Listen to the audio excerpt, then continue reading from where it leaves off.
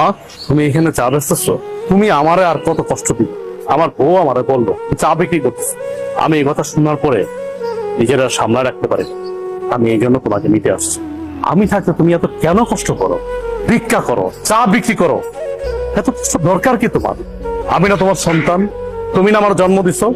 তাহলে এত কষ্ট কেন করো আম্মা? বাবারে, কিছু কিছু কষ্ট সন্তানের ভালোবাসার জন্য করতে হয়। আমি চাই নাই ভালোবাসা, আমি শুধু চাই তুমি আমার পাশে থাকবা, সবসময় আমার পাশে থাকবা। তুমি পিছিয়ে কি করছো না করছো আমি সব ভুলে গেছি। তুমি আমাকে মাফ করো।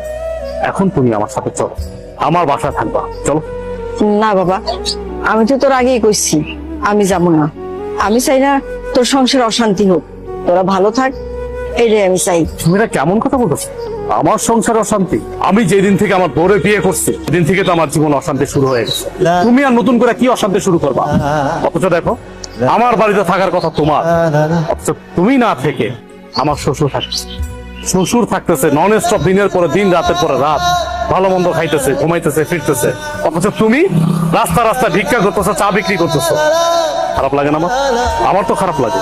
তোমার তো ন্যূনতম কমন সেন্সটুকু আছে, অথচ আমার শ্বশুরের কোনো কমন সেন্স নেই।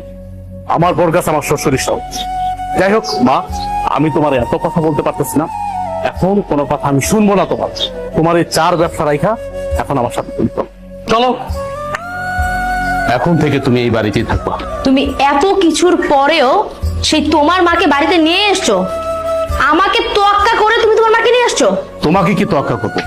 কি তোয়াক্কা করবো তোমাকে? আমি এই সংসারটা চালাই, আমি ইনকাম করি। আমি 5 তলায় বসে এসির বাতাস খাবো, আর আমার মা রাস্তা রাস্তা চা বিক্রি করবে, ভিক্ষা করবে, সে গাছের নিচে থাকবে। দেখো, এই সংসারটা আমার, এই সংসারটা আমি মেনটেন করি, তাই আমি যা বলবো তাই হবে। আমি তোমার মাকে নিয়ে থাকবো না এই বাড়িতে। কে কার সাথে থাকবে বা না থাকবে এটা একান্ত ডিসাইড করব আমি। তুমি ডিসাইড করার কে? কে তুমি? কে তুমি বলো? আমি কে মানে? আমি তোমার বউ। এই বাড়িটা আমার, আর এই সংসারটাও আমার। এই সংসারের সব দায়িত্ব আমি পালন করি, তুমি তো তেমন কিছুই করো না।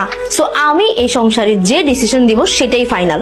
আর তোমার মা তোমার ছোট ভাই ঘরে টিকতে পারেনি, আমার ঘরে কেন টিকবে? হ্যাঁ, তোমার কি মনে হয় যে উনি অত ভালো একটা মেয়ের সাথে টিকতে পারলো না, আমার সাথে টিকতে পারবে? কখনোই না। আমি তোমার মাকে নিয়ে এই এক ছাদের নিচে কোনো দিনও থাকবো না। এখনো সময় আছে, তোমার মাকে বের করো। বাহ, এই বাড়ি তোমার কথা মতো চলবে? এই বাড়ি আমার, আমি আমার টাকায় কিনেছি, পরিশ্রমের টাকা দিয়ে কিনেছি। চাকরিটা করতেছি পরিশ্রম করে, কিন্তু চাকরি করে টাকা উপার্জন করি। হ্যাঁ মানলাম, তোমার বাবা আমাকে চাকরি দিয়েছে, সে অনেক সহযোগিতা করছে,